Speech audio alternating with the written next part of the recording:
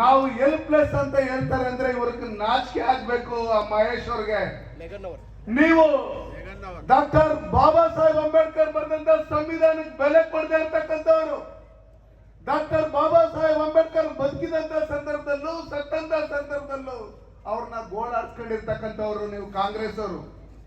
ಅವ್ರ ಜೊತೆಲಿ ನೀವು ಮರಿಕರ್ಗೆ ಅವರು ಸೇರ್ಕೊಂಡು ಇವತ್ತು ಕರ್ನಾಟಕ ರಾಜ್ಯದಲ್ಲಿ SC ST ಸಮಾಜಕ್ಕೆ ಸೇರಿದಂತ ಡೆವಲಪ್ಮೆಂಟ್ ಬೇಕಾಗಿರ್ತಕ್ಕಂಥ ಹಣವನ್ನೆಲ್ಲ ನುಗ್ಗಿ ನೀರು ಕುಡಿದಿರ್ತಕ್ಕಂಥವ್ರು ನೀವು. ಅಲ್ಲೇ ನೀವು ಸಾಬೀತಾಯ್ತು ನೀವು SC ST ಮತ್ತೆ ದಲಿತ ವಿರೋಧಿಗಳು ಕಾಂಗ್ರೆಸ್ ಅವರು ಅಂತ ಹೇಳಿ. ಅದಕ್ಕೋಸ್ಕರ ನಾವು ನಿಮ್ಗೆ ಹೇಳೋದಿಷ್ಟೇ, ಗುಲ್ಬರ್ಗನ ನಿಮ್ಗಾಗ್ಲಿ ನಿಮ್ ತಂದೆಗಾಗ್ಲಿ ನಿಮ್ ಮಾವನ್ಗಾಗ್ಲಿ ನಾವೇನು ಬರ್ಕೊಟ್ಟಿಲ್ಲ. ಇಲ್ಲೇ ನಮ್ದು ಗುಲ್ಬರ್ಗ. ಬರಂತ ಚುನಾವಣೆಯಲ್ಲಿ ನಿಮ್ಮನ್ನ ಸೋಲಿಸಿ ಕಳಿಸೋದಕ್ಕೆ ನಮ್ಮ ಎಲ್ಲ ಕಾರ್ಯಕರ್ತರು ರೆಡಿ ಆಗಿದ್ದಾರೆ. ಚಲವಾದಿ ನಾರಾಯಣಸ್ವಾಮಣ್ಣವ್ರು ಏನಾದ್ರು ನೀವೇನಾದ್ರು 60,000 ಕೋಟಿ ಹಣ ಮಾಡ್ಕೊಂಡಿದ್ದೀರಲ್ಲ, ಅದನ್ನೇನಾದ್ರು ಭಾಗ ಏನಾದ್ರು ಕೇಳಕ್ ಬಂದ್ರ ಗುಲ್ಬರ್ಗಕ್ಕೆ? ಭಾಗ ಏನಾದ್ರು ಕೇಳಕ್ ಬಂದ್ರ ನಾರಾಯಣಸ್ವಾಮಣ್ಣ? ಅದಕ್ಕೆ ನಿಮ್ಗೆ ಭಯ ಆಗಿರ್ಬೋದು.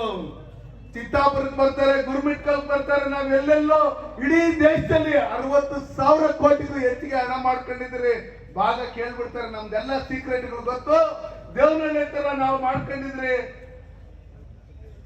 ನಕಲಿ ದಾಖಲಾತಿಗಳನ್ನ ಸೃಷ್ಟಿ ಮಾಡ್ಕೊಂಡು 5 ಎಕರೆ ಅದನ್ನು ವಾಪಸ್ ಕಿತ್ಕೊಂಡ್ಬಿಟ್ರಲ್ಲ ಅಂತ ಹೇಳಿ ಹೊಟ್ಟೆ ಊರಿಗೋಸ್ಕರ ನೀವು ಛಲವಾದಿ ನಾರಾಯಣಸ್ವಾಮಣ್ಣವ್ರ ಮೇಲೆ ನೀವೇನು ಹಲ್ಲೆ ಮಾಡೋದಕ್ಕೆ ಪ್ರಯತ್ನ ಪಟ್ರೆ, ನೀವು ಏನು ಗೂಂಡಾಗ್ಲಿದ್ದೀರಿ, ಚಿಲ್ಲರೆ ಕಾಸ್ಗೋಸ್ಕರ ಬಾಯ್ದಿದ್ದೀರ. ಬನ್ರಿ, ಧೈರ್ಯ ಇದ್ರೆ ನಾವು ಬಂದಿದ್ದೀರಿ ಇಲ್ಲಿ ಗುಲ್ಬರ್ಗಾಗೆ. ತಾಕತ್ತಿದ್ರೆ ಮಟ್ಟಿ ನೋಡೋಣ. ತಾಕತ್ತಿದ್ರೆ ನೀವು ಯಾರ್ಯಾರು ಪೊಲೀಸ್ ಅಧಿಕಾರಿಗಳು ಚೇಲಾಗಿರ್ತಾರೋ ಅವ್ರ ಮನೆ ವಾಚ್ಮನ್ ಇರ್ತಾರೋ ನೀವು ಕೆಲಸ ಮಾಡ್ತಾ ಇದ್ರಿ, ಹೋಗಿ ಅವ್ರನ್ನ ಕರ್ಕೊಂಬನ್ನಿ ನಮ್ಮ ಮುಂದೆ ನೋಡೋಣ. ಅದು ಬಿಟ್ಟು ಡಾಕ್ಟರ್ ಬಾಬಾ ಸಾಹೇಬ್ ಕೊಂಡಿರ್ತಕ್ಕಂಥ ಸಂವಿಧಾನದಡಿಯಲ್ಲಿ ಕೆಲಸ ಮಾಡ್ಬೇಕು ಪೊಲೀಸ್ ಇಲಾಖೆಯವರು. ನಿಮ್ಗೆ ನಾವು ಹೃದಯದಿಂದ ಗೌರವ ಕೊಡ್ತೀರಿ, ನಿಮ್ಗೆ ತುಂಬಾ ರೆಸ್ಪೆಕ್ಟ್ ಕೊಡ್ತೀರಿ. ನಮ್ದು ಸರ್ಕಾರ ಇತ್ತು, ನಾವು ನಿಮ್ಮನ್ನ ಈ ತರ ನಡ್ಸ್ಕೊಂಡಿಲ್ಲ. ನೀವು ಯೋಚನೆ ಮಾಡ್ಬೇಕು. ಇವತ್ತು ಗುಲ್ಬರ್ಗಿಯಲ್ಲಿ ಒಂದೇ ಒಂದು ಅಭಿವೃದ್ಧಿ ಕೆಲಸಗಳು ನಡೀತಾ ಇಲ್ಲ. ಪ್ರತಿದಿನ ನಮ್ಮ ಬಿಜೆಪಿ ಕಾರ್ಯಕರ್ತರ ಮೇಲೆ ಹಲ್ಲೆ ಮಾಡೋದು, ಗಡಿಪಾರು ಮಾಡೋದು, ಮರಳು ದಂಧೆ ಮಾಡೋದು, ಇದೇ ನಿಮ್ಮ ವೃತ್ತಿ ಆಗಿದೆ. ಅವ್ರಿಗೆ ರಕ್ಷಣೆ ಕೊಡುವಂತ ಕೆಲಸ ಮಾಡ್ತಾ ಇದ್ದೀರಿ ನಾಲಾಯಕ ಪೊಲೀಸ್ ಅಧಿಕಾರಿಗಳು ನೀವು. ಅದಕ್ಕೋಸ್ಕರ ನೀವು ಏನು ಚಿತ್ತಾಪುರ ಏನು ನಿಮ್ ಮನೆಗೆ ನುಗ್ತಿರೇ, ನಮ್ಗೇನು ಭಯ ಇಲ್ಲ. ಎಲ್ಲಿದ್ದೀರಿ? ನಾವೇನು ಪಾಕಿಸ್ತಾನದಿಂದ ಬಂದಿದ್ದೀರಿ? ನಿಮಗೇನಾದ್ರೂ ತುಂಬಾ ವರ್ಚಸ್ಸಿದ್ರೆ ಅದು ಪಾಕಿಸ್ತಾನದಲ್ಲಿ, ಭಾರತ ದೇಶದಲ್ಲಿ ವರ್ಚಸ್ ಇಲ್ಲ. ಅಲ್ಲಿರ್ಬೇಕಂತವ್ರು ನರೇಂದ್ರ ಮೋದಿ ಅವ್ರಿಗೆ, ಭಾರತೀಯ ಜನತಾ ಪಾರ್ಟಿ ಅವ್ರಿಗೆ. ಅದಕ್ಕೋಸ್ಕರ ಮುಂದಿನ ದಿನಗಳಲ್ಲಿ ನಮ್ಮ ಭಾರತೀಯ ಜನತಾ ಪಾರ್ಟಿಯ ಕಾರ್ಯಕರ್ತರು ತಂಟೆಗೆ ಬರ್ಬೇಕಂದ್ರೆ 100 ಸಲ ಯೋಚನೆ ಮಾಡ್ಬೇಕು.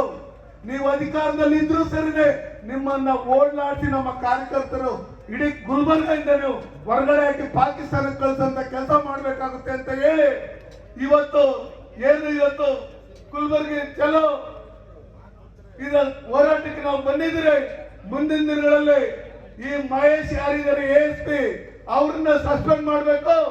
ಯಾರು ಮಹೇಶ್ ಮೇಘಣ್ಣ ಅವ್ರನ್ನ ಸಸ್ಪೆಂಡ್ ಮಾಡ್ಬೇಕು. ಏನು ಪ್ರಿಯಾಂಕ್ ಖರ್ಗೆ ಏನಿದ್ದಾರೆ ಅವ್ರನ್ನ ಸಚಿವ ಸ್ಥಾನದಿಂದ ನೀವು ಕೈ ಬಿಡಬೇಕು. ಸಿದ್ದರಾಮಯ್ಯನವರೇ ನೋಡಿ, ನಾರಾಯಣಸ್ವಾಮಣ್ಣವ್ರು ಹೇಳಿದ್ದೇನು, ದಾರಿಯಲ್ಲಿ ಆನೆ ಓದ್ತಾ ಇರೋ ಬಗಳನ್ನ ಇಲ್ಲಿ 76 ಅಂತ ಹೇಳಿದ್ರು. ಏನ್ರಿ ತಪ್ಪದ್ರಲ್ಲಿ?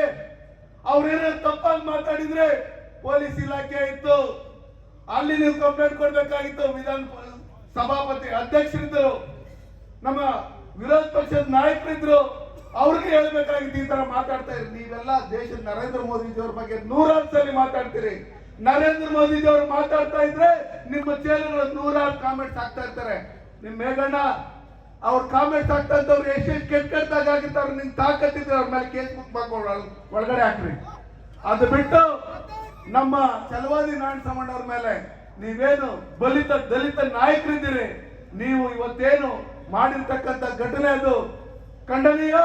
ಮುಂದಿನ ದಿನಗಳಲ್ಲಿ ಮುಂದಿನ ಚುನಾವಣೆಗಳಲ್ಲಿ ಅದಕ್ಕೆ ತಕ್ಕ ಉತ್ತರ ಕೊಡ್ತಾರೆ ಜನ ಅಂತ ಹೇಳ್ತಾ ಈ ಸಭೆ